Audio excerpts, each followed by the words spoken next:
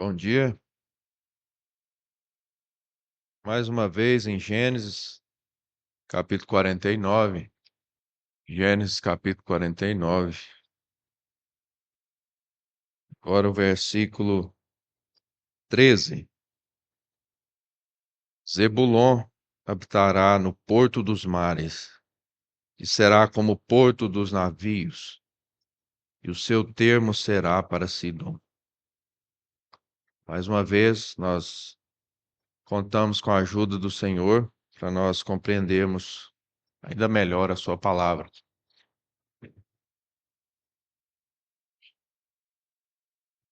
Existe uma bênção para aqueles que procuram a verdade, a segurança em Deus. Como ter certeza, irmãos, que nós estamos no caminho certo? Como ter certeza que nós podemos trazer as nossas famílias para uma igreja local, onde a palavra de Deus é estudada e pensar que é ali que o Senhor está, já que mesmo ali nós continuamos sendo confrontados com as nossas dúvidas, as nossas fraquezas, os nossos pecados.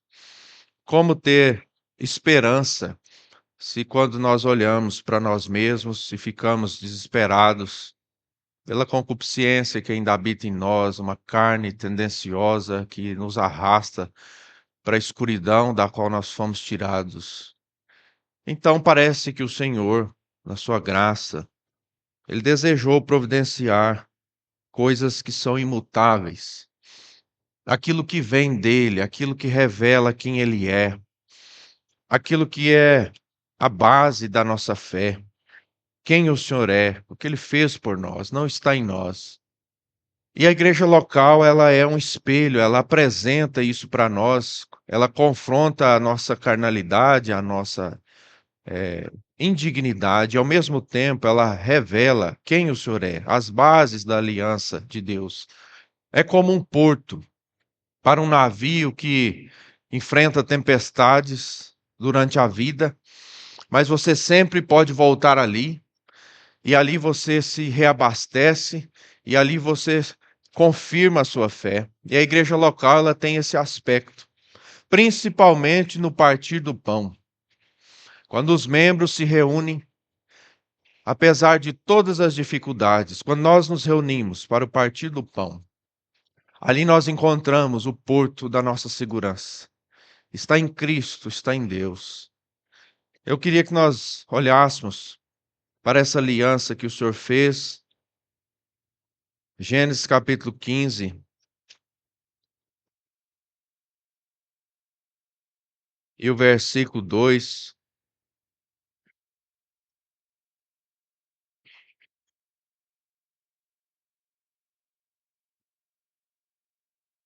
A aliança que ele fez com Abrão, assim como fez com todos nós, o crente Abrão. Gênesis 15, versículo 2. Então disse Abrão: Senhor Deus, que me hás de dar, pois ando sem filhos?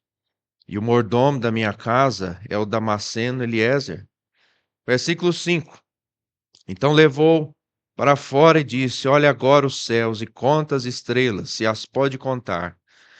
E disse-lhes: Assim será a tua descendência. E creu ele no Senhor e imputou-lhe isto por justiça. Versículo 8. E disse ele: Senhor Deus, como saberei que hei de herdá-la?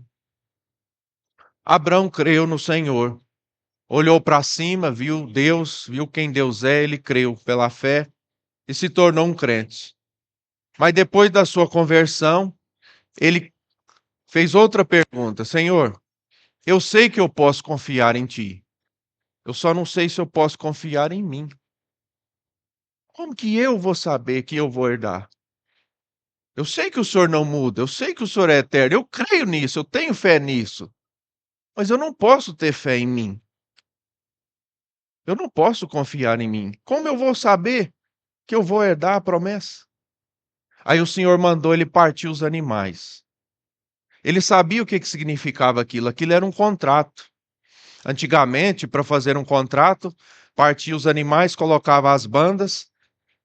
Os negociadores passavam no meio das bandas separadas. É como se eles dissessem: Quem não cumprir o contrato vai ficar igual esses animais, mortos e partidos. E ele sabia que aquele acordo ia acontecer, porque o Senhor mandou ele partir os animais. Ele sabia que seria assinado ali naquele dia um contrato, mas ele dormiu.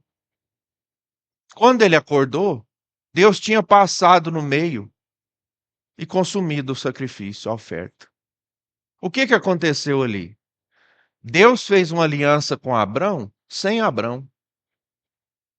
Onde era para Abrão assinar, Deus assinou. Não precisa confiar em você, Abrão. Confie em mim, para o céu e para a terra. A ceia do Senhor nos mostra isso, irmãos, porque por isso que ela é um porto para onde nós navegamos e nós temos a confiança da fé, a certeza da fé. Ali é um contrato, a ceia do Senhor é um contrato feito conosco, sem nós. Por isso que nós tomamos de Cristo. É conosco, sem nós. Um porto que você pode navegar. Uma segurança que nós temos, que não pode nos ser tirada. Nós vamos olhar no aspecto da igreja local, esse porto, mas ele também pode ser aplicado ao lar.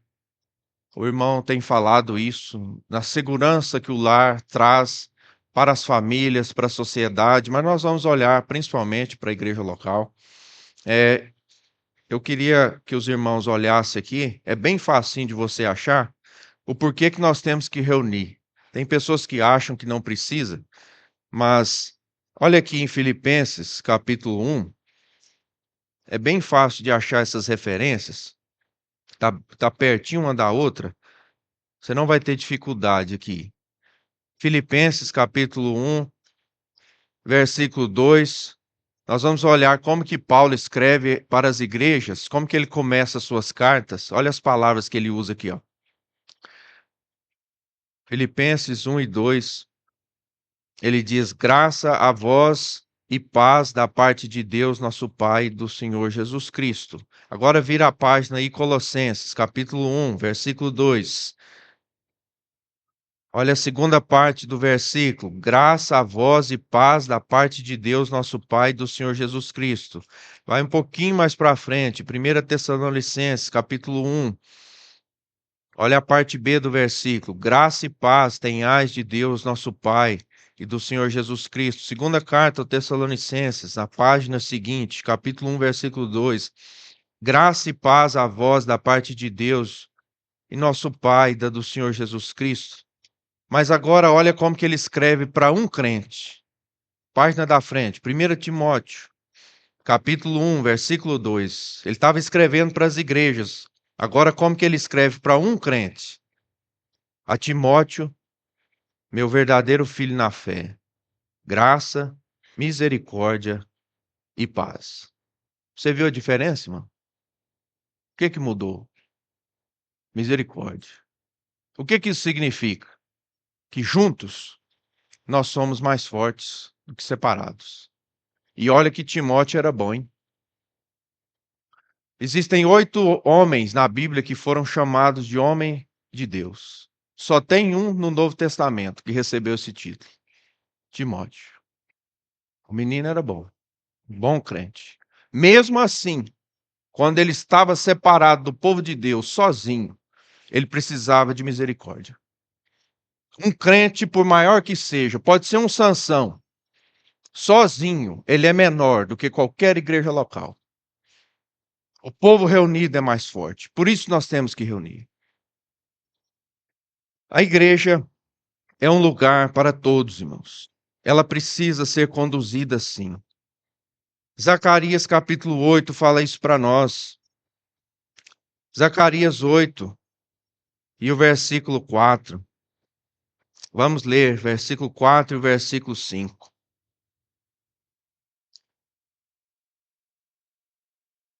Zacarias 8, versículo 4 e 5.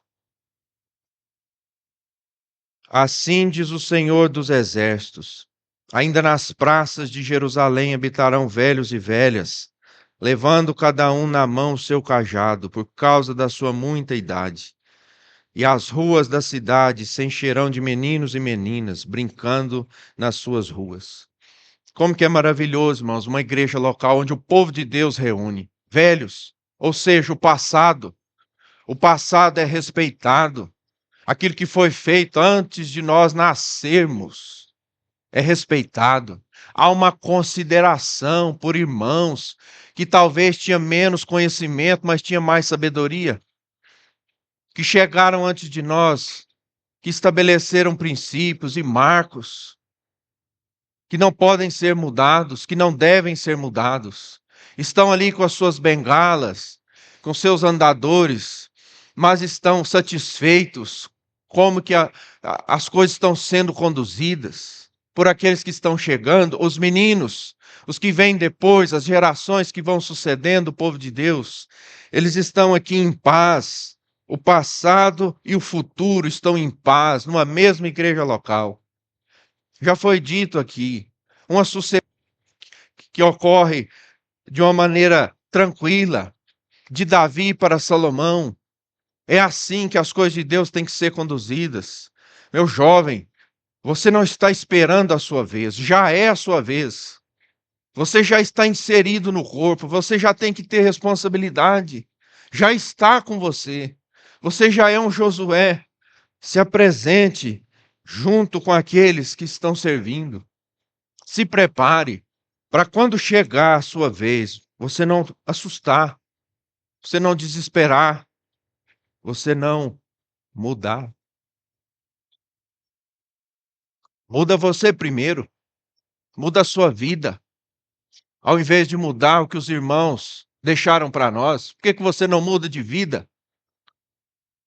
Muda o que você vê, o que você fala, o jeito que você veste, onde você vai. Se quer mudança, começa dentro do seu coração, dentro da sua casa, dentro do seu quarto. Essa é a verdadeira mudança que o Senhor espera de nós. O mais importante de uma igreja local, irmãos, é o conteúdo. Primeira Reis fala isso para nós. É a qualidade. Primeira Reis, capítulo 14.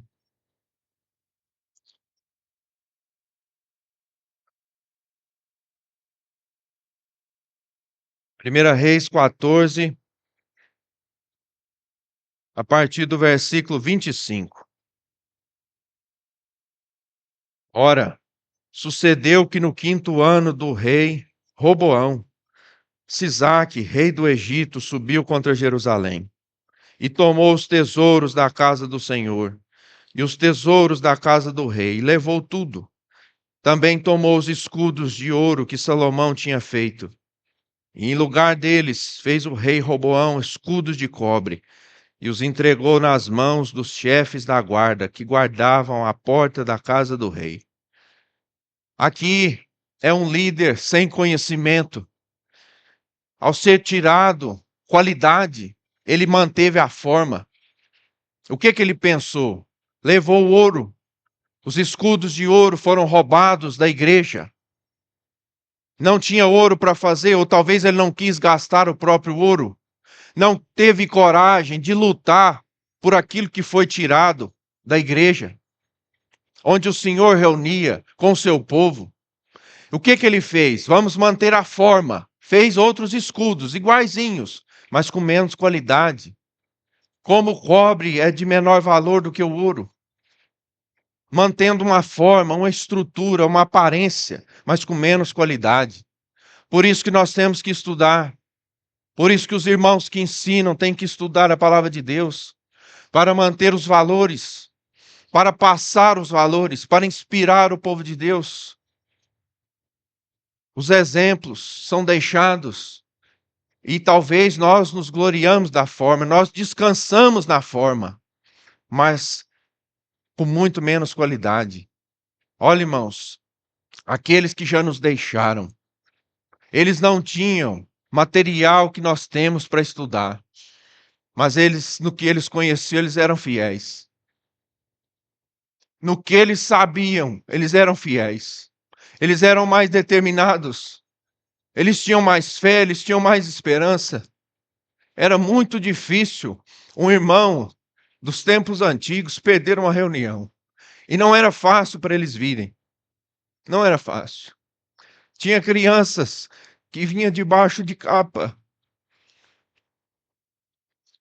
Uma vez eu ouvi um irmão contando, chovia, o pai punha a capa, ele ficava atrás no cavalo.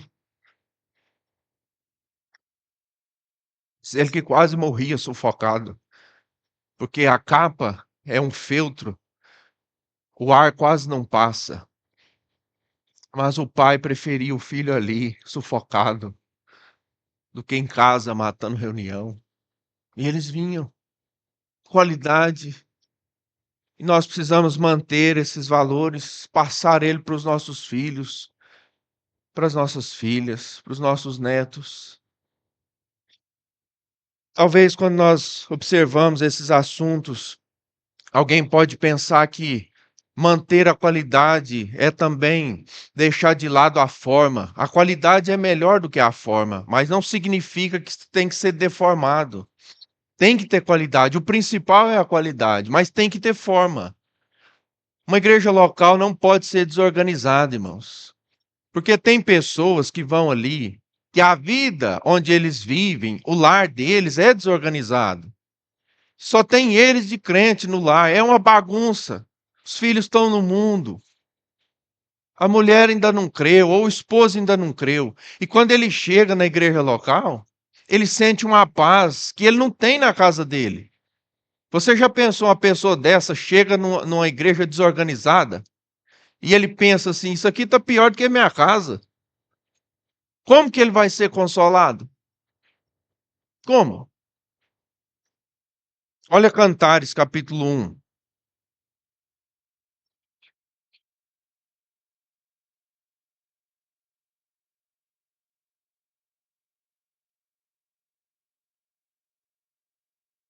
Cantares, capítulo 1, versículo 7. Dize-me tu, a quem ama a minha alma, onde apacentas o teu rebanho? Onde o fazes descansar ao meio-dia? Pois por que razão seria eu como aqui ando errante junto aos rebanhos dos teus companheiros? A igreja está perguntando o noivo: onde você está? Que hora? Que hora que você vai estar lá? Eu quero estar lá com você. Eu preciso me preparar. Que hora que é a reunião? Eu preciso organizar a minha vida. Eu preciso gerenciar a minha agenda. Que hora que é? Onde que é? Você viu que tem que ter forma? Para ter direção tem que ter forma. Não é uma desorganização. O Senhor é um Deus organizado. Irmãos, precisamos cuidar de alguns assuntos práticos. As igrejas não podem ficar mudando horário de reunião toda semana. Pode mudar. Acontece de mudar. Às vezes, o ambiente exige que mude, tome alguma providência. Está acontecendo isso, achamos melhor assim. Mas é uma ou outra vez. Não pode ser uma vez por mês. Vamos tentar na segunda. Mês que vem, tenta na terça. Para que isso? Para adequar para os membros? Porque um não pode na terça, o outro não pode na segunda. Se nós formos adequar para os membros, nós não vamos reunir dia nenhum. Porque aquele irmão que não vai na reunião, porque a cabeça dói, só dói na hora da reunião. Ela vai doer a hora que marcar a reunião. Ele não vai. Quem ditava as ordens, irmãos, de como o povo de Deus andava no deserto era o tabernáculo. Não era o povo. O tabernáculo levantou, o povo levantava. O tabernáculo assentou, o povo assentava. Nós precisamos adequar a nossa vida para a igreja local. A igreja não tem que se adequar a você, não. É você que tem que fazer os seus horários. Organiza. Sabemos de irmãos que perdem reuniões por causa de serviço, mas eles lamentam. Eles ficam tristes. Eles dizem: olha, eu estou procurando outro emprego, porque eu vejo o valor, eu vejo que eu estou tendo prejuízo. Pode acontecer, irmão, sabemos de igrejas locais pequenas, às vezes desmarcam a reunião porque os irmãos não estarão ali. Acontece, isso acontece, mas é uma exceção, isso não é regra. Não podemos ficar desorganizados. Que hora que é? Onde que é que você estará lá com seus rebanhos? A igreja local também, irmãos, tem um valor que talvez passe desapercebido para nós, mas não passou para o Senhor. Isaías 58.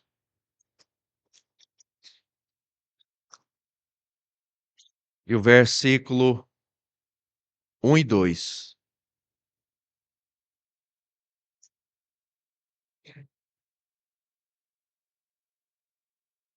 Isaías 58, 1 e 2.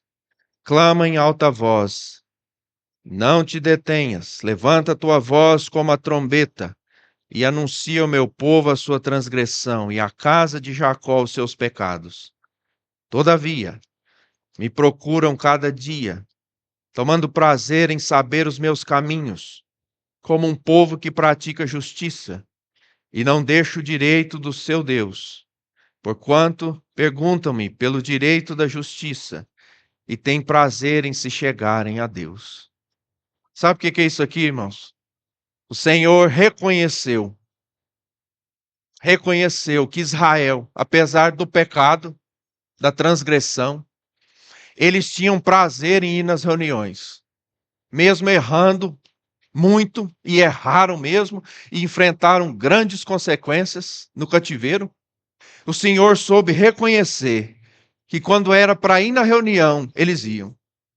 As subidas para Jerusalém, as 7 festas, divididas em 3 subidas. O Senhor não pôde negar, e não negou, que eles iam lá. E nós temos que reconhecer, irmãos, não é exemplo para nós, mas nós temos que reconhecer aqueles irmãos e aquelas irmãs que estão fora da vontade de Deus, nas suas vidas particulares, mas que não perdem uma reunião. Não é exemplo para ninguém, mas nós temos que reconhecer o valor. Talvez esses dão muito mais valor do que os que estão na comunhão. E tem hora que nós pensamos assim: se os que estão na comunhão valorizassem as reuniões como esses que não estão no partir do pão. O Senhor reconheceu: esse povo me procura, mesmo errando grandemente. Eles não perdem nenhuma subida para Jerusalém. Nós precisamos estudar mais 2 filhos de Jacó nessa manhã. É muito filho, né? Então nós temos que avançar. Vamos voltar em Gênesis capítulo 49 e o versículo 27. Benjamim, Gênesis 49 e 27. Benjamim é lobo que despedaça. Pela manhã comerá a presa, e à tarde repartirá o despojo. Nós gostaríamos de pensar nesse aspecto daquelas pessoas que demoraram a encontrar o Salvador nas suas vidas. Na manhã das suas vidas, eles estavam no mundo, seguindo os seus próprios pensamentos. A igreja, irmãos, ela tem os seus Samuéis, que são preparados por Deus desde o ventre da mãe. A gente até brinca, tem irmãos que parece que já nasceu crente. Eles começam muito cedo, mas nem todos são assim. E não há uma hierarquia, um melhor, outro menor, ou outro pior do que o outro. Nada disso. O Senhor sabe de tudo. O Senhor conhece todas as coisas. Tem aqueles que desperdiçaram a infância e a juventude no mundo, mas que um dia encontraram o Senhor e creram. E eles vieram, e eles chegaram. E nós estamos observando eles no meio de nós, e nós estamos satisfeitos porque muitos deles têm avançado e têm ultrapassado muitos de berço no ensino, na qualidade do ensino, na perseverança da fé, no trabalho, na dedicação. Começaram tarde, creram tarde, mas hoje estão lá na frente. Eram lobos, talvez ria dos crentes, ria do que hoje eles professam a fé, debochavam do que hoje sustenta a sua alma. Eles sabem disso, eles nos contam isso. Viveram um tempo na perdição, mas o Senhor foi misericordioso. Como não lembrar, irmãos, do benjamita mais famoso da Bíblia? O filho de Benjamim mais famoso, Saulo de Tarso, que desperdiçou a sua infância, a sua adolescência na religião. Mas um dia ele encontrou o Senhor Jesus no caminho de Damasco. E como esse homem avançou, irmãos. Como ele ultrapassou muitos que tinham começado muito cedo na fé. Como ele foi útil para a igreja. Como ele repartiu o despojo à tarde. Nós podemos lembrar também de Saul, que era da tribo de Benjamim, e perdeu o seu reino por causa de um homem que ele deixou de matar, Agag. Mas a tribo de Benjamim, ela é conhecida assim. No fim, ela se superou. É porque, vocês lembram da história de Mardoqueu? Aquele homem, Amã, era descendente de Agag e Mardoqueu era benjamita. E se lá no passado, na manhã da vida, um benjamita perdeu para um agagita, à tarde, um benjamita destruiu o último descendente de Agag na terra. O Senhor foi misericordioso com aquela tribo. E ela se levantou segundo as suas bênçãos. Eles se recuperaram. Nós temos muito prazer, irmãos, de ter essas pessoas no nosso meio. A igreja não produz um Sansão toda semana. Nós temos visto, eles estão chegando, estão adequando as suas vidas com graça, com misericórdia. O Senhor tem trazido. Quantos que estavam longe, quantos que estavam perdidos, mas crendo no Senhor, têm dedicado o seu tempo, têm se esforçado, têm sido de grande contribuição para o povo do Senhor. Precisamos reconhecer isso. Nós reconhecemos, ficamos muito contentes, isso nos anima. Irmãos que não tiveram pai crente e lamentam pelo pai que não é. Nós já ouvimos irmãos comentar que tem dificuldade com as histórias da Bíblia, porque o pai não lia as historinhas. Não sabia nem o que era isso na manhã da vida. Mas hoje nos ensinam, né? Sobem nos púlpitos e nos ensinam, repartindo os despojos. Vamos ler outro irmão, outro filho de Jacó. Capítulo 49. Agora o versículo 19. Quanto a Gade, uma tropa o acometerá, mas ele a acometerá por fim. Tem uma versão que diz: uma guerrilha o atacará, mas ele a vencerá por fim. Nós gostaríamos de rapidamente considerar esse aspecto quanto àqueles irmãos e irmãs que em algum momento das suas vidas fracassaram na fé, que foram disciplinados, que envergonharam o nome de Deus, mas que se recuperaram. Uma guerrilha os atacou. Guerrilha fala do combate desonesto, porque o diabo não respeita as leis da guerra. Não tem dó de ninguém. Você já viu tanto que o inimigo é desonesto, irmãos? Ele faz um homem beber, mas ele não bebe.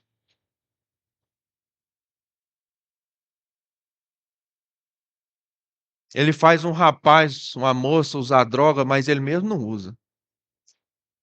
Olha o tanto que ele é covarde. Ele quer destruir os casamentos, mas ele nem é casado. é um desonesto, um guerrilheiro que ataca nas sombras, que guerreia nas trincheiras. E ele tem alcançado o povo de Deus, tem feito pessoas chorarem, lares serem destruídos, mas pela graça de Deus, alguns irmãos que passaram por esse ataque de guerrilha, eles se levantaram. E aquilo que os atacou, ele venceu no final. Eles se recuperaram. Eles voltaram para a comunhão, eles voltaram para o serviço, eles voltaram para o ânimo, para o gozo, para a alegria. Eles não querem para os seus filhos o que eles passaram. Eles não desejam para os seus o lugar onde eles foram, onde eles pisaram. Eles reconhecem que isso foi uma grande tragédia, mas venceram. Temos que reconhecer que eles venceram. Estão entre nós, dando um testemunho, um bom testemunho. Olha o que está escrito aqui, irmãos, em Salmo, capítulo 91.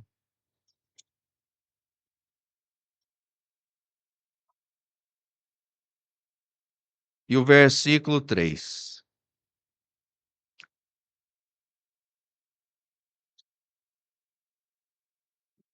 Porque ele,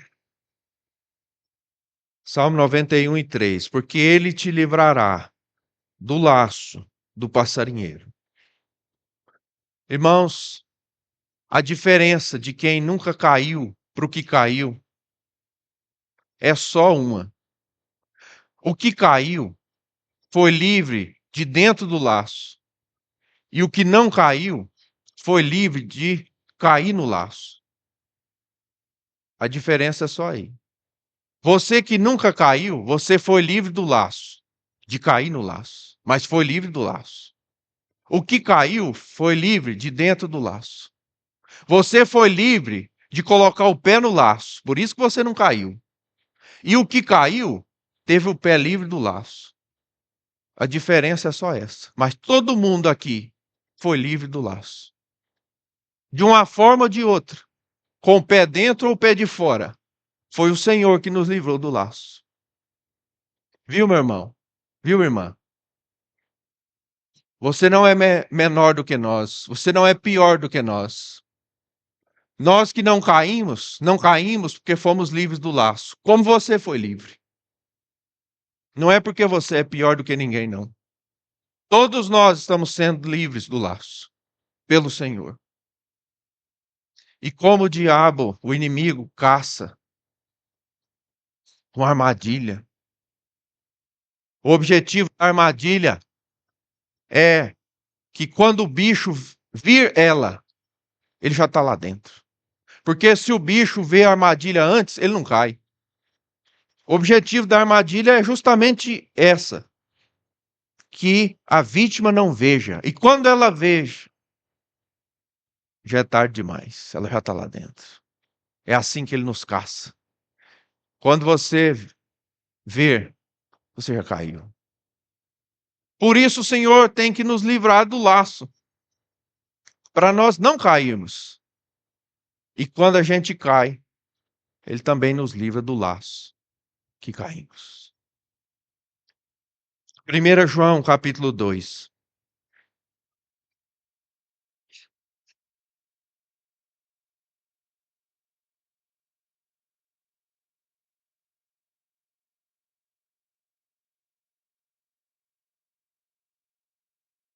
1 João, capítulo 2, versículo 1.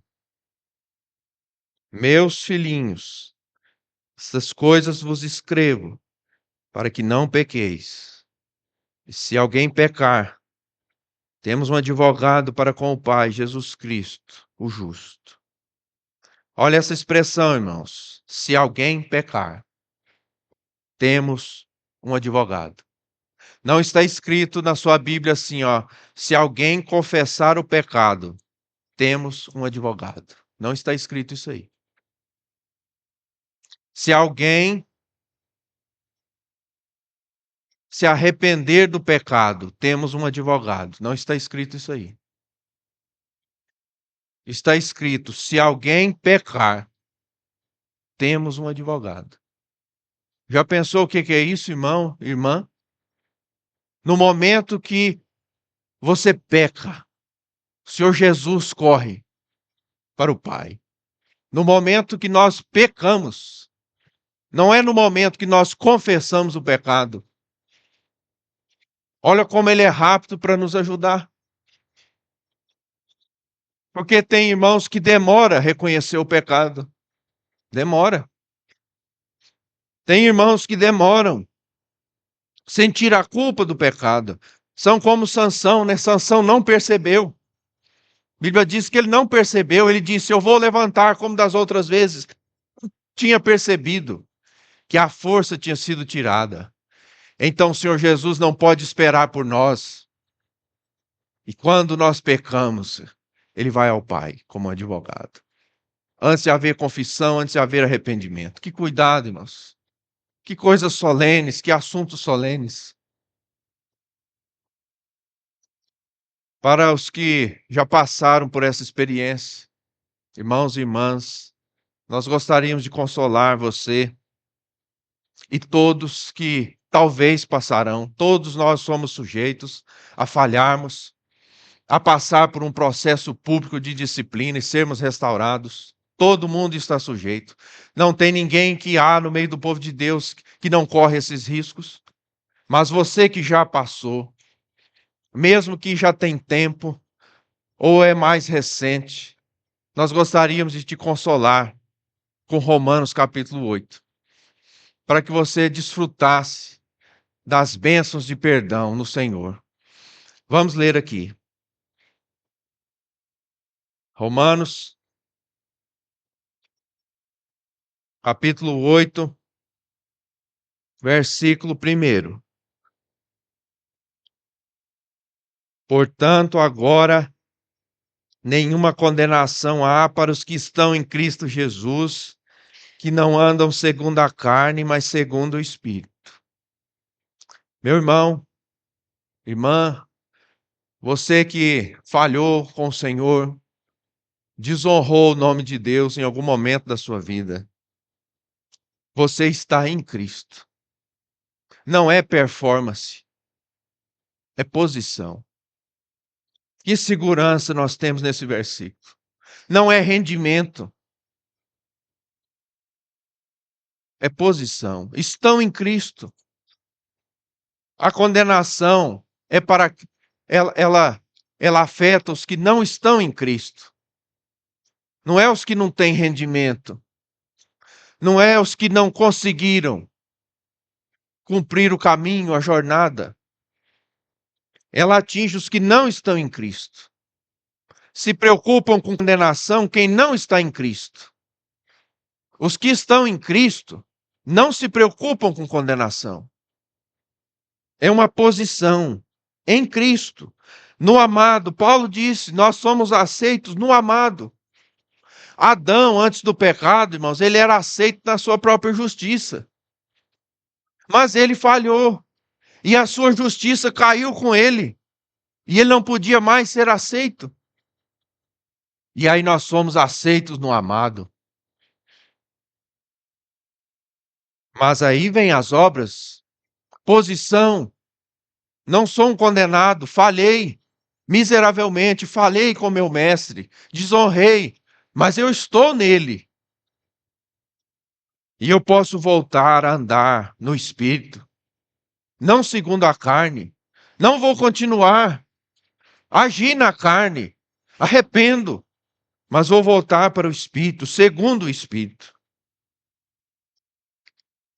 Mas talvez tenha algum irmão aqui que fica pensando, mas eu até entendo Deus perdoar um Davi e ele continuar sendo rei e continuar guerreando as guerras de Deus.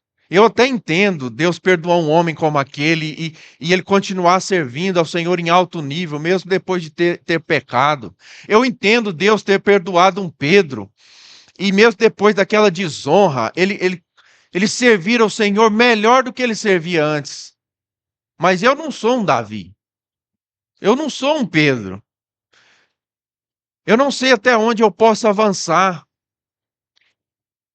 Mas olha, irmãos, continua o versículo 15. Porque não recebestes o espírito de escravidão, para outra vez estardes em temor, mas recebeste o espírito de adoção de filhos, pelo qual clamamos, Abba, Pai. É para todo mundo, para todos.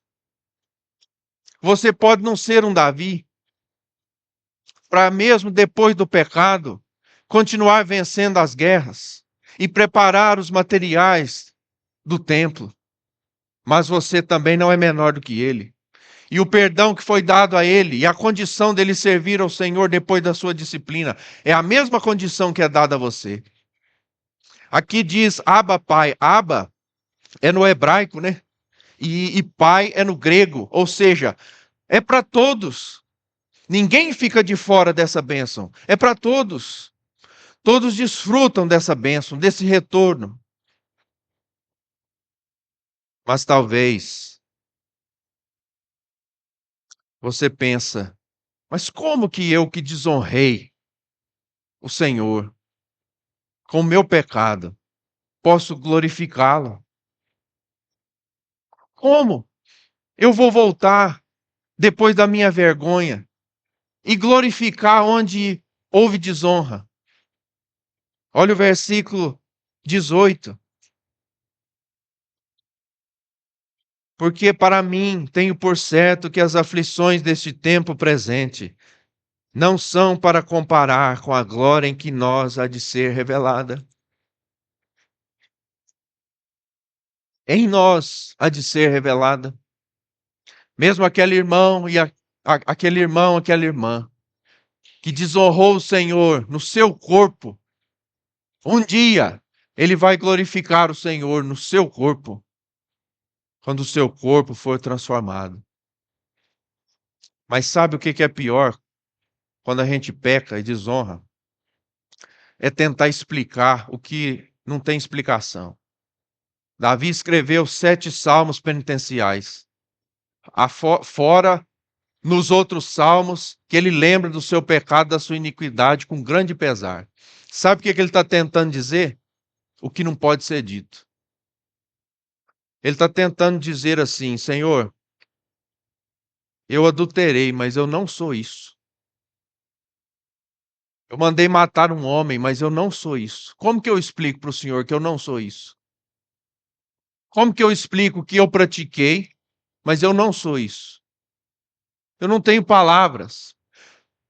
E a gente sente assim, não é, irmão? Você, quando lembra do seu pecado, da sua tristeza, da sua vergonha, você fica sem palavras, porque você gostaria de chegar para aquela pessoa que você prejudicou, que você ofendeu, pessoas que você ama, que nunca deixou de amar, mas você não tem palavra para explicar: olha, eu fiz, mas eu não sou isso. Porque não tem como explicar. Mas olha, o versículo 26. E da mesma maneira, também o Espírito ajuda as nossas fraquezas, porque não sabemos o que havemos de pedir como convém, mas o mesmo Espírito intercede por nós com gemidos inexprimíveis. Já pensou, irmãos, que consolação? Quando aquele crente envergonhado do seu pecado tenta falar com o Senhor, mesmo depois de anos que ele já voltou para a comunhão, ele ainda tem aquela lembrança, e um dia ele tenta fazer aquela oração, tentando: Senhor, o Senhor consegue me entender? Eu não queria ter desonrado o Senhor. Não queria. O Senhor sabe que eu não queria. Mas como que eu vou explicar que eu não queria se eu fiz?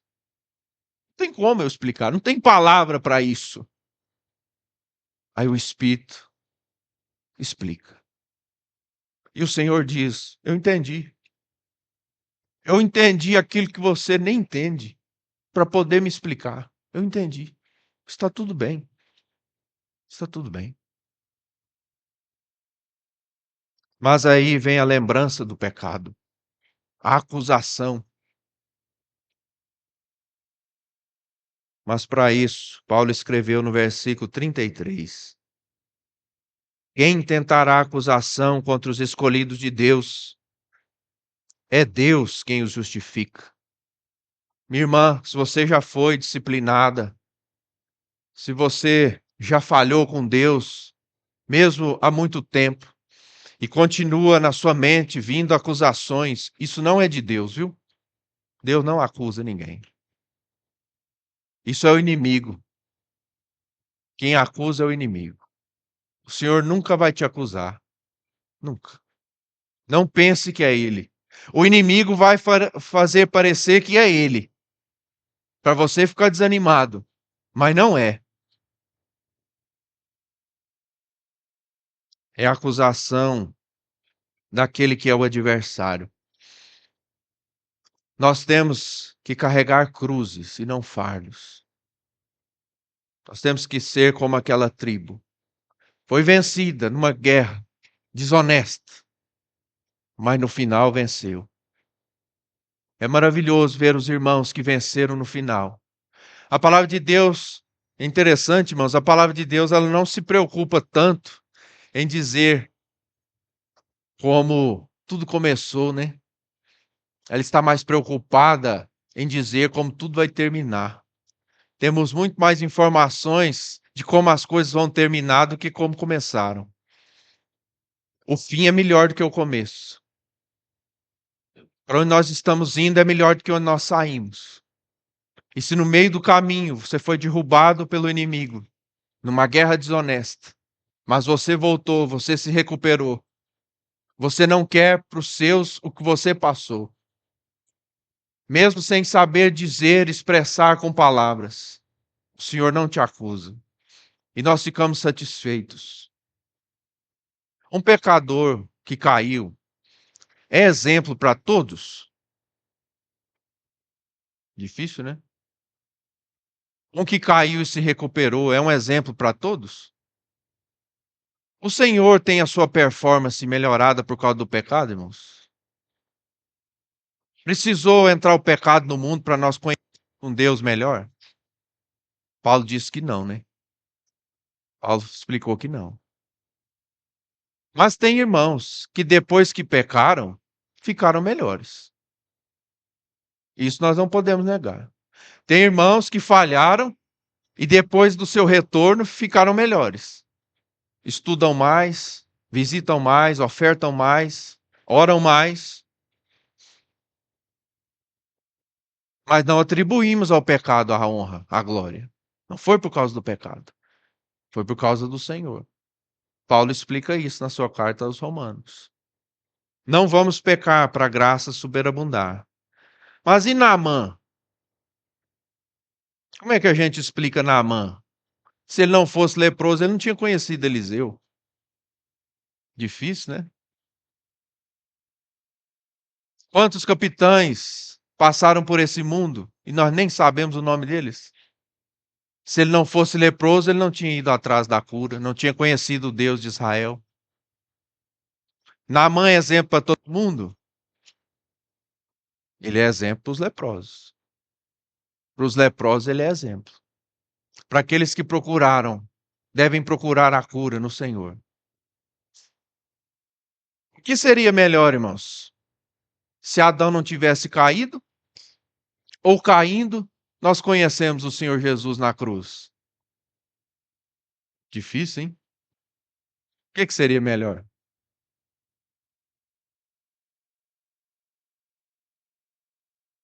Deus nunca desejou o pecado, irmãos. Nunca. Nunca foi os planos do Senhor que o pecado entrasse no mundo, no coração do homem. Nunca desejou que nós chorássemos para depois nós sorrirmos. Nunca. Mas nós temos que entender uma coisa. A transgressão, ela não impede a honra que é atribuída ao Senhor. Muito pelo contrário. A partir do pecado, o Senhor recebeu mais honra quando perdoou o pecador. Deus foi mais honrado quando perdoou o pecado do que na obediência de Adão. Não é que era para ele desobedecer, mas o sacrifício de Cristo honra mais a Deus do que a obediência de Adão, do que a justiça do homem, do que a obediência do homem. É como aquele sacrifício da reparação na lei dos 20%. A pessoa reparava o dano e acrescentava 20% no dano. Ou seja, teoricamente, a pessoa que foi lesada saía no lucro, porque ele recebia de volta o que foi tomado dele com acréscimo de 20%. Como que Deus saiu no lucro? Como? Vamos pensar. Se nós estivéssemos no Éden até hoje e Adão não tivesse pecado, nós amanhã poderíamos pecar e perder tudo. Mas no céu, para onde nós vamos, não corre o risco de amanhã nós pecarmos e perdermos a glória. Então o céu é melhor do que o Éden. Entendeu? Por que que o céu é melhor do que o Éden? Porque lá nós não temos risco de perder o paraíso. Deus nunca quis que nós perdêssemos o Éden, mas o céu é melhor do que o Éden. Se Adão não tivesse pecado, a terra ia estar cheio de homens como ele, perfeito nas suas obras. Mas o céu estará cheio de pessoas como Cristo. Viu como é melhor? Quando Adão pecou, o Senhor revelou, mostrou na sua graça que o perdão encherá os céus de homens como Cristo. É melhor um céu cheio de homens como Cristo do que uma terra cheia de homens como Adão. É assim que ele foi honrado. É assim que ele venceu no final. Uma guerrilha atacou Adão lá no Éden, mas o Senhor venceu no final. Queria terminar lendo Isaías 54.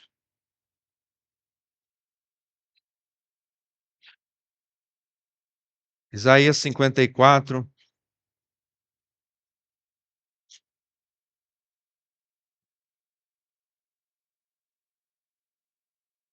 versículo 11 e 12.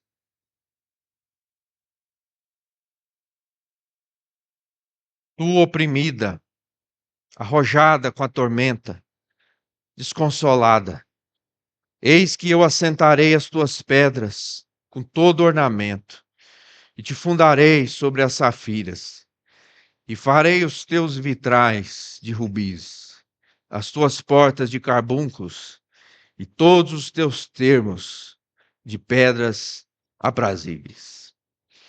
É muito bom, irmãos e irmãs, ler como o Senhor age na restauração do seu povo. Aqueles que caíram profundamente trouxeram desonra ao nome de Deus. Como a restauração de Israel será maravilhosa.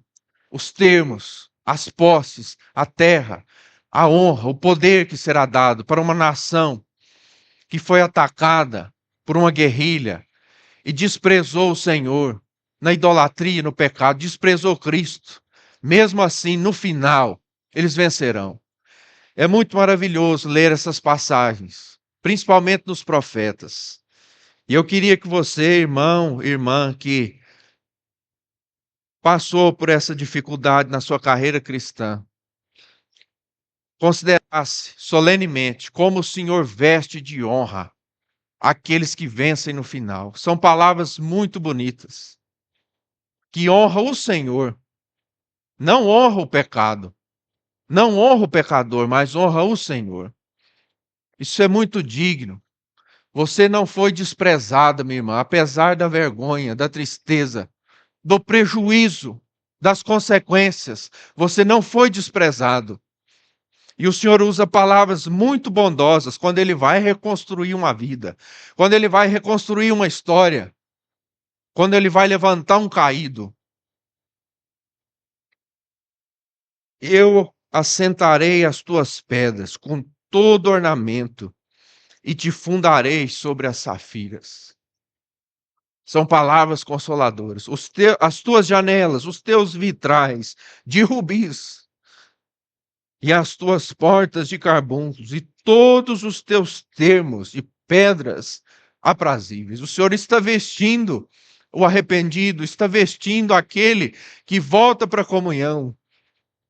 E como nós aprendemos, irmãos, como a igreja aprende com aquelas cartas que chegam a nós como pombas voltando para casa, e ela já começa, com muita alegria, é com muita satisfação que os irmãos informam que as pombas voltaram para o pombal. Eles estão sendo vestidos com as pedras aprazíveis, vestidos de glória. Perderam a glória, mas estão sendo vestidos de glória. Que o Senhor possa nos abençoar. Amém.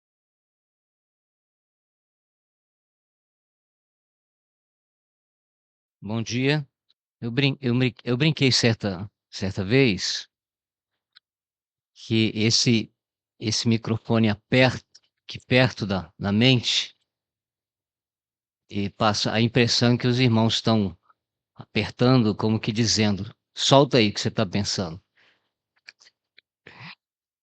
Então o Felipe estava mais confortável, né? Agora trocou o microfone, ele está apertando a minha mente, eu acho que eu vou ter que soltar. Nós vamos ler Atos capítulo 11. Atos capítulo 11, versículo 29. Vamos ler só esse versículo. Nós lemos algumas referências aqui, pelo menos 2 vezes. Hoje vamos ler só 2 versículos, 29 e 30 de Atos capítulo 11. Os discípulos, cada um conforme as suas posses, resolveram enviar socorro aos irmãos que moravam na Judéia.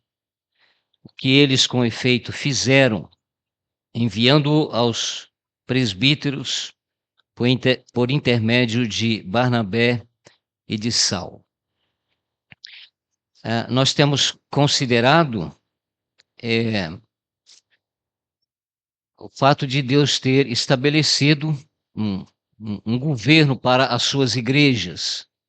O Deus de ordem quer que os seus filhos sejam disciplinados, ordeiros. Essa educação pode ser adquirida no devocional pessoal, mas Deus estabeleceu na igreja irmãos que foram levantados, preparados para nos ajudar. Então nós temos pensado nisso. Consideramos que a igreja precisa muito do serviço desses irmãos, da ajuda desses irmãos. Muitas igrejas experimentaram fracasso por causa do governo que tinham. Então, é um assunto demasiadamente importante. E muitas igrejas permaneceram firmes, testemunhando em favor da verdade por causa também do governo que tinham. Então, é realmente um assunto muito importante. Temos considerado que vivemos numa época de grandes desafios, especialmente para os presbíteros, né, para o conjunto, o presbitério, porque vivemos numa época de desconstrução do princípio de governo, a desconstrução da autoridade. Há um ataque contra aqueles que têm o papel de liderar, como há também um ataque na direção daqueles que devem se sujeitar, nessa arquitetura de governo que Deus estabeleceu, quem lidera e quem é liderado. E uma das lições que a gente tem apreciado aqui, nesse livro, que conta a história da igreja, Deus mesmo contando a história das suas igrejas, no sentido local, nós temos apreciado aqui o fato da transição de governo entre as gerações. Nós olhamos os primeiros versículos em Atos 4, verificamos que os apóstolos tomaram algumas decisões no início da igreja, que começou ali em Jerusalém, em relação às questões financeiras, às contribuições, e como também em relação a problemas de relacionamentos. E a primeira vez que presbíteros são citados é aqui em Atos capítulo 11, versículos 29 e 30, né? Versículo 30, especificamente. E aquilo que foi feito pelos apóstolos em relação à administração das finanças, aqui são citados os presbíteros como pessoas envolvidas neste serviço de administração. Então, nós temos, com isso, pensado, considerando também outras passagens, outros textos, que não é uma realidade, e Deus tem interesse em que haja uma transição, uma preocupação, uma dedicação em relação à transição de governos. Aqueles que estão na condição de presbíteros devem se preocupar com a preparação daqueles que vão sucedê-los posteriormente. Então, nós consideramos os apóstolos envolvendo os presbíteros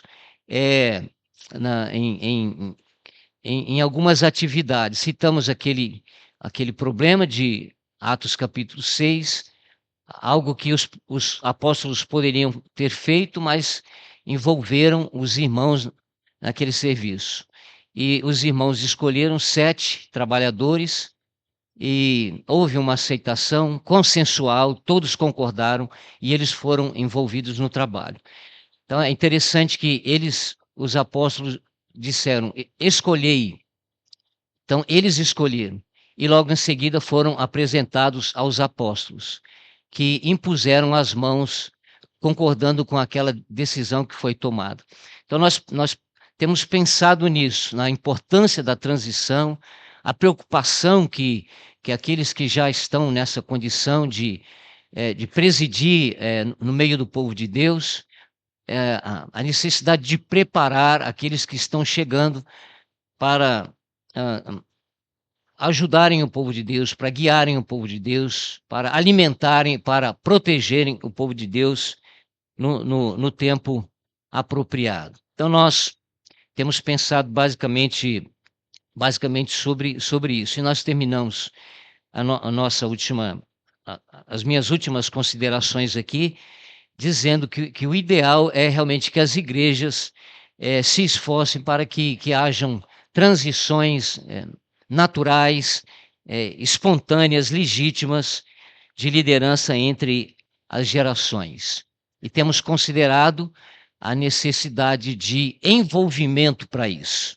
Aqueles que aspiram o episcopado, aqueles que se esticam, aqueles que são aspirantes pelo episcopado. Excelente obra.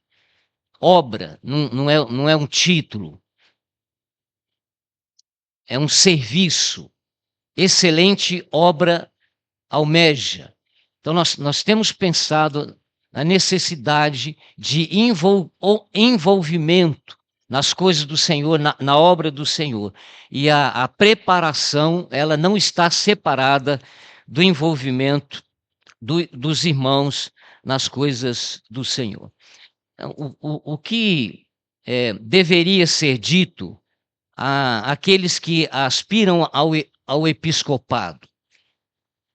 Mantenham-se perto dos irmãos que estão envolvidos, que estão fazendo a obra, que estão presidindo o povo de Deus. Mantenham-se perto deles. Eles têm muita coisa para ensinar, muitas coisas para compartilhar. Então, uma das coisas que nós aprendemos por experiência, como isso é proveitoso, é nos aproximarmos daqueles que já estão envolvidos. Procure se envolver na medida do possível. Então, se aproxime dos irmãos, ouça os seus aconselhamentos, as suas experiências. E, na medida do possível, procure se envolver. Não perca tempo. É uma das coisas que os aspirantes precisam considerar. Não perca tempo na obra do Senhor, porque a tua preparação exigirá tempo. Como eu já disse, não se faz um presbítero da noite para o dia. Um presbítero não aparece do nada. Existe uma preparação. E essa preparação exigirá tempo. E o tempo passa rapidamente. Mais do que você imagina. Mais do que você consegue calcular. O tempo passa rapidamente. E você pode desperdiçar. Ainda que viva muitos anos, você está sujeito a desperdiçar, sem que você perceba os muitos anos de vida que Deus possa te dar, venha te dar. Ouvi uma história recentemente de alguém que recebeu mais de 100 de milhões, mais de 100 de milhões, mais de 200 de milhões de reais.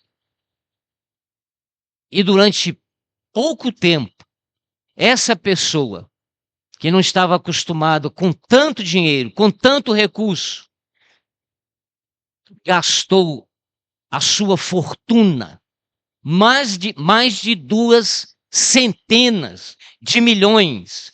Como é que isso acontece? Alguém gastar 200 milhões, 300 milhões, durante o pouco tempo de vida da sua existência. Mas isso pode acontecer. Ela não está acostumada com tanto dinheiro, com tanto recurso. E ela pensa assim, isso não vai acabar tão cedo. Eu vou morrer e vai ficar aqui muitos milhões. E a história dessa pessoa foi conhecida. Alguém que gastou mais de 200 milhões de reais em uma parte da sua vida. E é possível que alguém venha viver muitos anos de vida e desperdice isso. Aqueles que não viveram tanto tempo não sabem, não têm a experiência. O jovem olha para frente e calcula assim, eu vou aproveitar a vida. Depois eu me dedico nas coisas do Senhor. Eu tenho outros interesses secundários. Vai chegar a hora. E ele corre o risco de desperdiçar toda a sua vida. Porque ele imagina que vai ser difícil gastar aquilo ali em pouco tempo. Ter prejuízo. Estava na casa do Valso, tomando um cafezinho lá com ele. E a mãe dele estava lá. E eu perguntei, quantos anos ela tem, Valso? Parece que 88, né? É muito tempo, né? Eu falei, é muito tempo, hein, Valso? E ele disse assim, pergunta para ela e ela vai dizer assim, não. Então o jovem olha para frente e diz assim, eu tenho a vida toda, é muito tempo, não tem jeito de gastar isso rápido. Aí pergunta para alguém que já viveu 88 anos, 32 mil dias e alguma coisa aí de vida. Pergunta assim, é muito tempo, né? E ela vai responder assim, não, eu não acho. Passou muito rápido. Então, ainda que você venha viver muitos anos, e você olha para frente e fala, é muita coisa. Aí alguém que já viveu, vira para você e diz assim, passa rápido. Eu vivi, eu sei, eu vivi isso na pele. Passa rápido. Perguntaram a Jacó a idade dele. Era só dizer 130. Ele disse, poucos e maus. Poucos e maus são os dias da minha peregrinação. Viveu um pouquinho mais do que isso. Mas 130 anos, disse assim, poucos. E disse mais, peregrinação. Então, meus irmãos, a preparação exige tempo. E o tempo passa rapidamente. Mais do que você possa calcular. E você não pode desperdiçar tempo. Então, meu irmão, se você tem aspiração pelo episcopado, esse interesse em cuidar do povo de Deus, ajudar o povo de Deus, presidir o povo de Deus, se você tem aspiração, se você tem um bom testemunho, se você tem uma família bem governada, se a igreja demonstra a sua aprovação pelo teu envolvimento, se o Senhor te deu a percepção antecipada dos eventos que representam ameaça à igreja, se além disso você percebe que os irmãos estão sobrecarregados de serviço, os serviços as dificuldades estão se multiplicando, o serviço está aumentando, está havendo atropelos. Se você tem a percepção para notar isso, se você consegue perceber que aqueles que estão envolvidos já não têm o mesmo vigor, a percepção agora está limitada.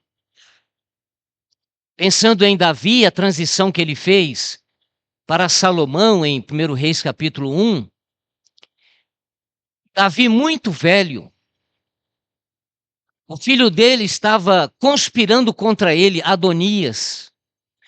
Mas o Senhor tinha falado que era Salomão que governaria.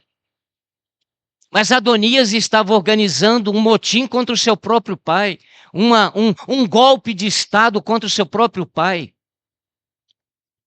Então a mãe de Salomão foi abordada e notificado, olha, está havendo uma conspiração contra o rei, contra o reino, contra o governo. Você corre risco de vida. O teu filho Salomão corre risco de vida. Davi não está percebendo isso. Já velho, já limitado, ainda rei, na condição de rei, mas agora limitado pela sua idade. E não é verdade que é possível perceber isso numa igreja local? Os irmãos que foram vigorosos, ativos, olhos de águias, olhos vigilantes, não é porque não querem, mas porque chegou as limitações da idade. A idade põe limitações. Tem serviço, está acontecendo algumas coisas que alguns deles não conseguem perceber. E você está percebendo. E tem irmãs que percebem isso. Essa coisa não vai terminar bem. Os irmãos mais velhos, aqueles que estão presidindo, eles não estão percebendo.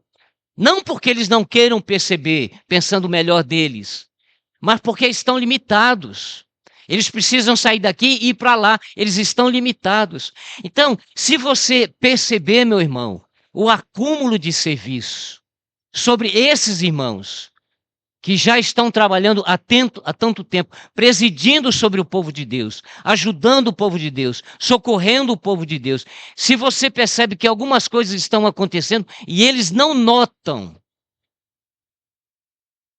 por que você não se prontifica, então,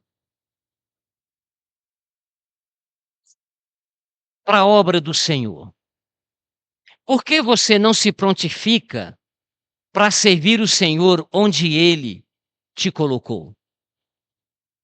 Essas aqui não são as qualificações?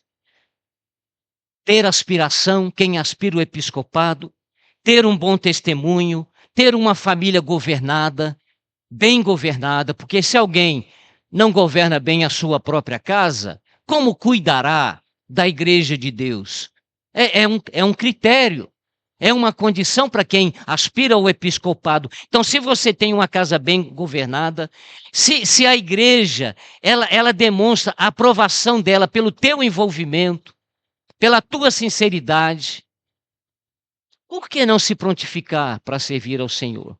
Para presidir, para ajudar, para se colocar à disposição do presbitério, dizendo: olha, eu quero ajudar, e eu quero ser ajudado, eu preciso de ajuda, eu preciso de treinamento, eu estou aqui. Então, se essas são as qualificações e você as tem, por que você não se prontifica? Se tem havido ameaças fora, e elas vão se aproximando, e se tornam ameaças bem próximas do povo de Deus, por que você vê todas essas coisas e não se prontifica? Você ama o Senhor, meu irmão? Você ama o Senhor? E o que o Senhor disse para Pedro? Pedro, tu me amas? Tu me amas? Tu me amas? Apacenta, apacenta, apacenta. Se você ama o Senhor, por que você não se prontifica para cuidar do povo do Senhor, do rebanho do Senhor? Tendo em vista a necessidade de envolvimento, tendo em vista que você não pode perder tempo, os aspirantes não podem perder tempo. Conheço igreja com casos assim, irmãos qualificados para servirem ao Senhor, desfrutavam de liberdade dos presbíteros que já serviam, não eram vaidosos, não eram dominadores, não eram controladores, já sentiam a ameaça do tempo contra eles, a multiplicação do serviço. Então, aqueles que já estavam trabalhando davam liberdade para esses qualificados se apresentarem, serem treinados, serem envolvidos.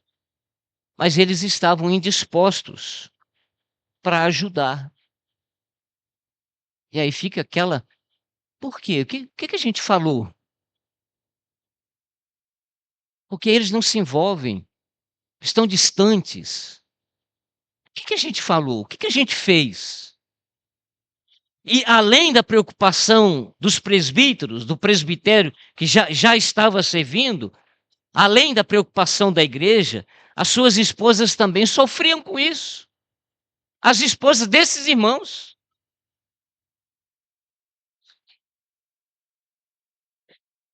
E a caminhada delas, aquela para cuidar da saúde, era para chorar juntas. Sem entender o marido. O marido, elas percebendo na intuição delas, como nós ouvimos aqui, são intuitivas, elas percebendo, elas incomodadas com a situação da igreja, com a liderança da igreja, com o governo da igreja, os maridos qualificados, elas preocupadas, chorando na caminhada. O que está acontecendo com ele? Você tem conversado com ele? Ele tem falado, é pecado? Não, ele disse que não é pecado. Não tem nada escondido. Será que é o serviço dele? Eu não sei, ele não fala que é o serviço. Chorando pelo marido. Aí entra outra, como é que está o teu marido? Ele está bem agora? Esteve adoecido e está bem agora? Tá bem. Então fala para ele, ajuda os irmãos. Se apresente, se envolva.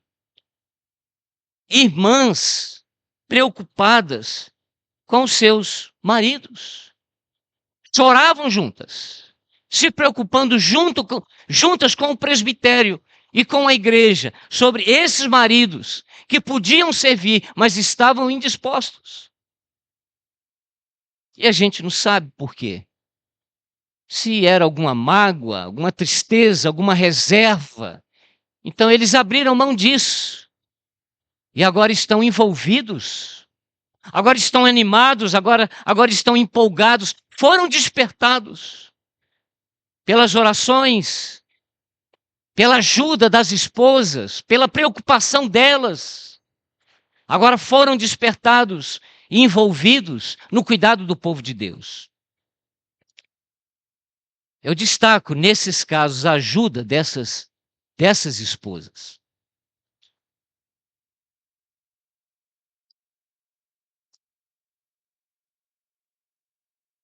É verdade que há casos de esposas que anularam a autoridade dos seus respectivos maridos. Elas anularam. Eles não tinham autoridade para ensinar um monte de coisas, porque elas não ajudavam. Então, eles tinham autoridade limitada. E alguns poderiam se envolver mais ainda, mas não foram envolvidos por causa das suas esposas. Eu visitei um lugar, e a gente estava conversando sobre isso, eu e o irmão. E entrou nesse assunto de presbitério. Ele falou: aqui tem um presbítero. A gente vai, talvez fale sobre isso depois, mas não é o ideal, um presbítero. Mas como é que uma igreja chega a esse ponto, hein? Um presbítero. Mas chegou. E eu escutando aquele irmão, eu fui hospedado por ele. Escutando aquele irmão e antenado naquele irmão. Vendo, escutando as suas palavras, vendo o seu envolvimento. A gente percebe, não é? Ele age como se fosse um pastor. Agora estou falando no bom sentido. Pastor, não no sentido que é conhecido aí fora, mas pastor, aquele que cuida. Antenado. Antenado em tudo, nas necessidades. Busca isso, aquilo outro. E eu perguntei para ele: e você? E você? Ele falou assim: a igreja tem alguma coisa contra mim. Problema. A igreja resistia à ajuda daquele irmão. Não sei por quê. Eu não ia perguntar, né?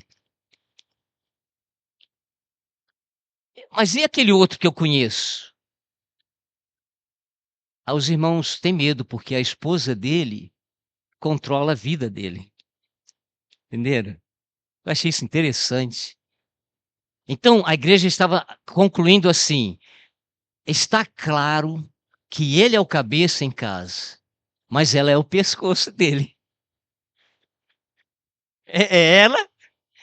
E a igreja concluiu assim: se ele for reconhecido, é ela que vai controlar, é ela que vai governar.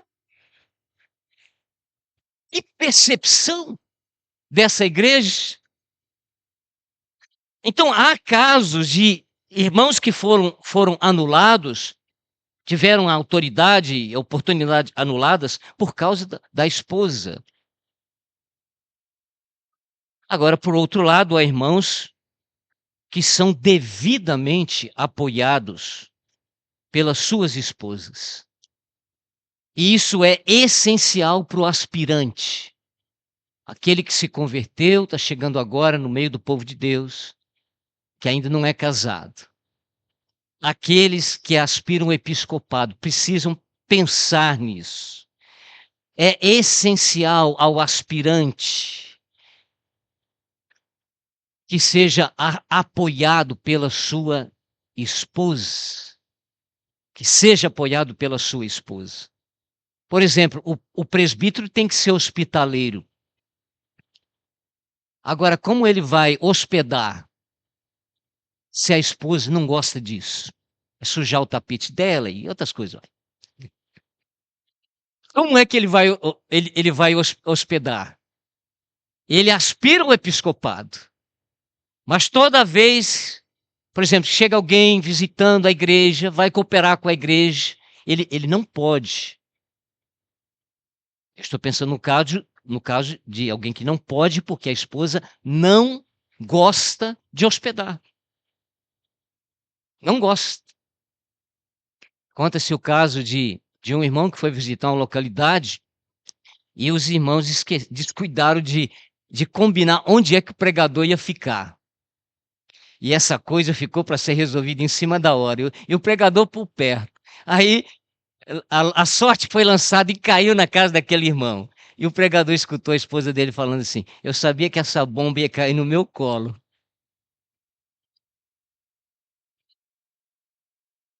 Agora você está numa casa e você é uma bomba no colo dela.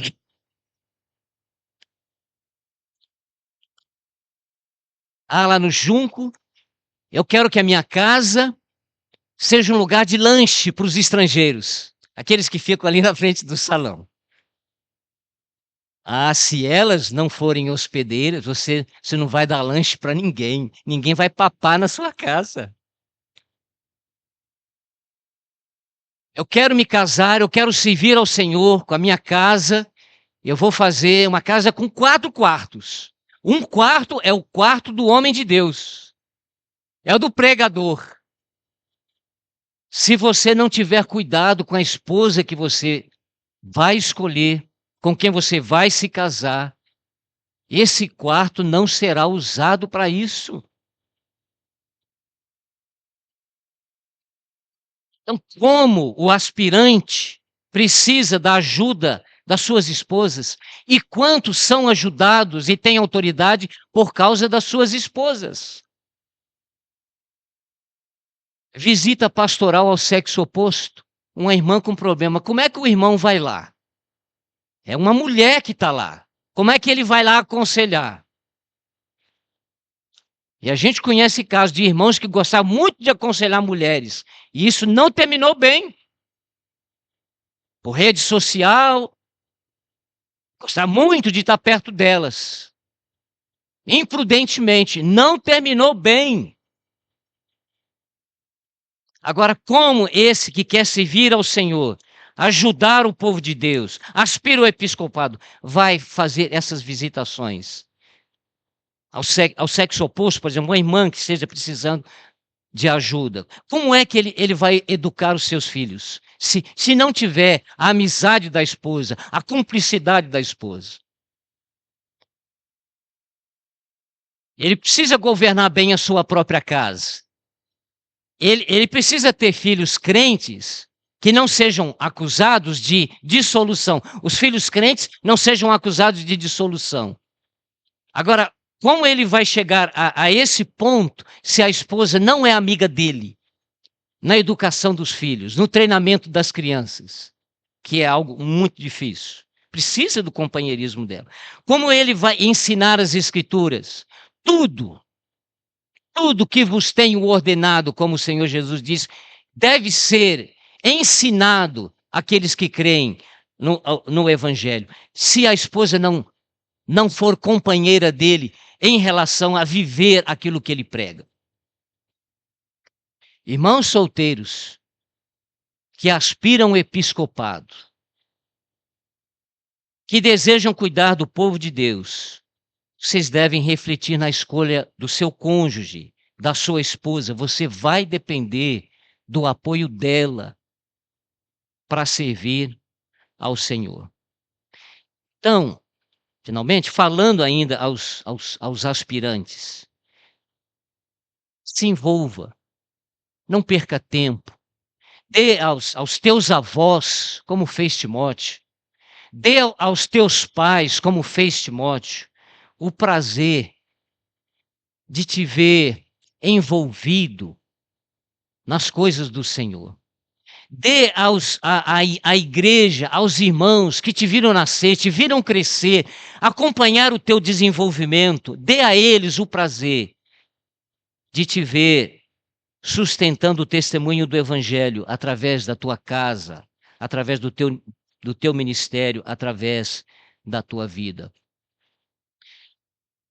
O que deve ser dito àqueles que já são presbíteros, aqueles que já presidem entre o povo de Deus nessa questão de transição de governo, transição de liderança. Eu creio que deve ser dito: olha, o tempo passa para vocês também. Aqueles que já são presbíteros, o tempo passa para vocês também. Aliás, o tempo já está passando. O aspirante não pode perder tempo. E os que estão envolvidos no episcopado também não podem perder tempo. É preciso preparar, e isso demanda tempo. Aqueles que vão cuidar do povo de Deus depois de nós. Deixe-me citar a minha experiência. Eu me converti aos 22 anos. Fomos envolvidos pelos irmãos ali em Santo Amaro, os irmãos que nos antecederam. Fomos envolvidos bem rapidamente. Foram criteriosos. Limitaram a nossa participação, porque nós éramos neófitos, plantas novas, plantas recém-chegadas. E uma pessoa assim não pode ser colocada em condição de liderança, porque pode ser uma cilada para ela. Satanás caiu por causa da sua arrogância, e um novato pode se tornar arrogante sendo colocado numa condição assim. Então a palavra de Deus quer preservá-los. Mas aqueles irmãos que nos antecederam ali em Santo Amaro, eles nos envolveram na medida do possível nas atividades da igreja. Alguns que tinham compromisso num domingo falavam: você quer falar aquele domingo? E a gente participava ali. Eu tenho uma visita, você quer fazer essa visita? E a gente fazia. E nós fomos envolvidos nas atividades da obra de Deus ali em Santo Amaro. Acreditem, eu não planejava envelhecer. Eu só queria ajudar. Eu não pensava nisso. Eu achava que tinha milhões para frente. Eu não pretendia envelhecer. Eu só queria ajudar. E aqui estou eu. Mais para perto dos anciãos do que dos jovens. Há 2 anos de frequentar as filas preferenciais. E eu diria para você, meu irmão, mesmo que a mãe do valso diria: passa muito rápido. A gente não pode perder tempo. A gente não pode desperdiçar tempo. E aqui estou eu vendo novos convertidos chegarem ali em Santo Amaro. Vendo os perigos da vida moderna ameaçarem a igreja, as igrejas de Deus por toda parte. Quanto tempo a mais eu terei junto deles, perto deles? Não tenho motivos, irmãos e irmãs, suficientes para me preocupar com a transição, com a sucessão da igreja de governo ali, da igreja ali em Santo Amaro? Alguém poderia dizer que a obra é de Deus e ele há de supri-la, suprir as necessidades. Mas nós não somos responsáveis nessa obra? Nós não temos exemplo nas Escrituras de líderes que treinaram os seus moços? Não somos responsáveis no presente pelo andamento futuro da igreja? Não somos responsáveis pelo treinamento dos trabalhadores? O exemplo das igrejas que fracassaram não deve ser um alerta para nós? Eu conheço uma, quero citar uma delas, frequentava essa igreja desde o início da minha vida cristã. E eu notava que era a reunião dos velhos, dos oficiais, e tinha novatos lá, tinha outros irmãos lá, mas só os velhos. Abriam a reunião, fechavam a reunião. Só eles ensinavam, só eles faziam o serviço em relação ao culto, né, em relação às reuniões. Eles passaram, como eu estou passando, como a mãe do valso está passando, como tantos outros estão passando. E a igreja chegou e caiu no colo daqueles irmãos que não foram experimentados. Como aquela igreja é limitada hoje.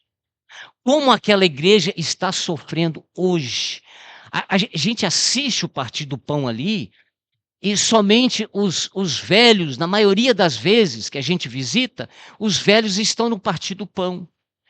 Os novos chegam depois como se eles não tivessem responsabilidade, como se eles não fossem os responsáveis quando aqueles irmãos que estão lá agora passarem. Então, a gente assiste essas coisas. Isso não nos ensina que a gente precisa se preocupar com essa questão, além dos exemplos da Bíblia, esses exemplos da história, de que a gente precisa se preocupar com isso. A igreja de Deus precisa ser governada e a gente precisa se preocupar com o treinamento, envolvendo não com cursinhos, mas o envolvimento desses irmãos na obra do Senhor. Atos 20, 17, nós lemos, né, esse versículo de Mileto, Atos 20, 17.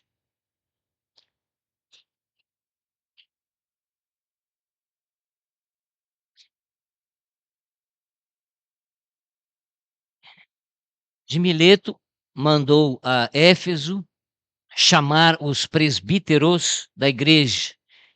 E agora, constrangido em meu espírito, vou para Jerusalém, não sabendo o que ali acontecerá. 29. Eu sei que depois da minha partida, olha isso aqui, depois da minha partida, Paulo está anunciando aqui a ausência dele.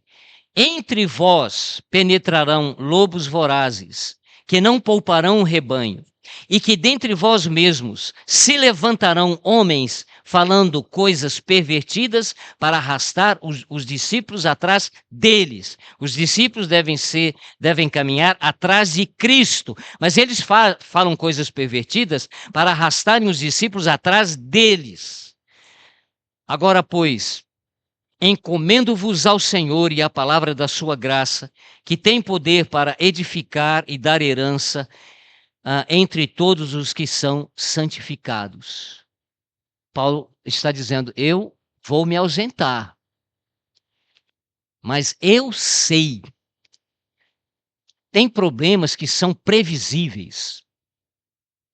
É verdade que o bispo, aquele que olha por cima, ele tem uma visão, a sua visão tem um alcance muito abrangente, mas tem coisas que são previsíveis. E Paulo está aqui agindo como um bispo, dizendo depois, falando de coisas do futuro. Eu sei que depois da minha partida, vocês serão visitados e pessoas virão para cá, pessoas de fora vão falar coisas pervertidas, desejando atrair o rebanho atrás de si. E mais, tem gente dentro de vocês, do meio de vocês, que vão se unir a esses e vão perverter o rebanho. Eu sei. E de fato, tem coisas que são previsíveis. E há presbíteros que convivem com essa ameaça, onde se reúnem, convivem.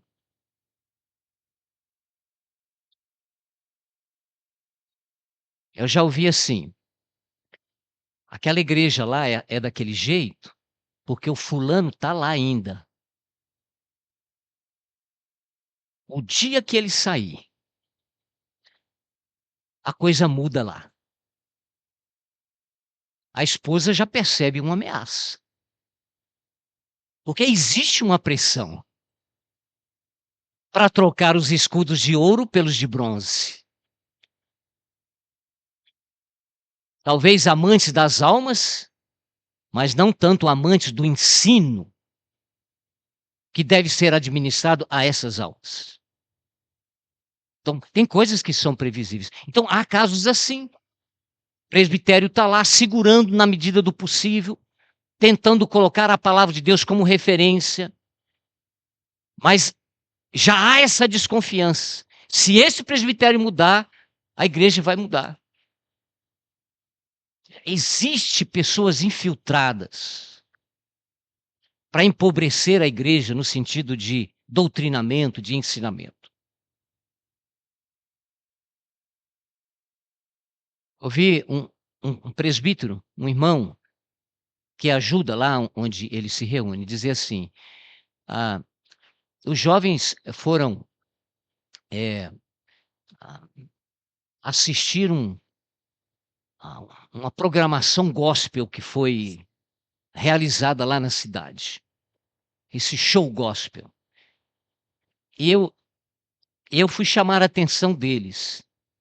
E quando eu falei, o pai de um falou: não, mas eu fui com eles. Só que o pai é presbítero.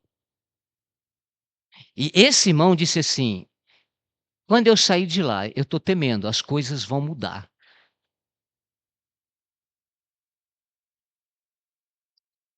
Eu recebi a visita de um casal certa vez, não é? Eles estão pegando no meu pé porque eu falo certa feita, agora estou falando só certa vez. E o casal disse assim: quando vocês morrerem, a igreja vai mudar, os jovens não vão seguir o que está sendo ensinado. Tomando do nosso café e amaldiçoando os jovens lá da igreja. Então, irmãos, como é que anula isso? Essas ameaças? Treinando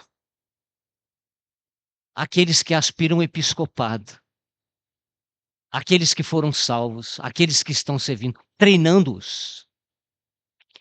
Tem casos assim, estou terminando. Tem irmãos que concordam com o que o presbitério ensina. Tem dúvida que aquilo ali é a palavra de Deus, não é interpretação forçada, mas é a palavra de Deus. Mas esses irmãos, eles não estão juntos com o presbitério. Não estão juntos. Não somam força. Por outro lado, há irmãos que não são tão amantes das escrituras, são trabalhadores, estão ali, mas eles são capazes de trocar os escudos de ouro para bronze, esse rebaixamento. Mas eles são empolgados. Eles são ativos, eles são vibrantes, eles são animados, embora limitados no conhecimento. Você consegue prever o que vai acontecer nesse lugar? Então, o presbitério ensina, tem irmãos que concordam com aquilo, mas eles estão longe, eles não somam força. O dia que esses irmãos passarem, esses animadinhos, esses animados, esses trabalhadores vão entrar ali. Mas eles não amam o ensino. Eles não fazem defesa do ensino. A igreja vai ser rebaixada na sua qualidade, nas suas instruções, no seu testemunho. Então, isso é previsível. Como é que anula isso? Dizendo: olha, se vocês creem naquilo que está sendo ensinado, então vocês devem praticar. Vocês devem se envolver. Vocês não devem continuar perdendo tempo. Vocês precisam ajudar, vocês precisam se envolver. Aí nós passamos, vem esses treinados. E o Senhor usa esses irmãos para continuar aquele testemunho de simplicidade e pureza que são devidas a Cristo. Que o Senhor nos abençoe então com essas instruções. Amém.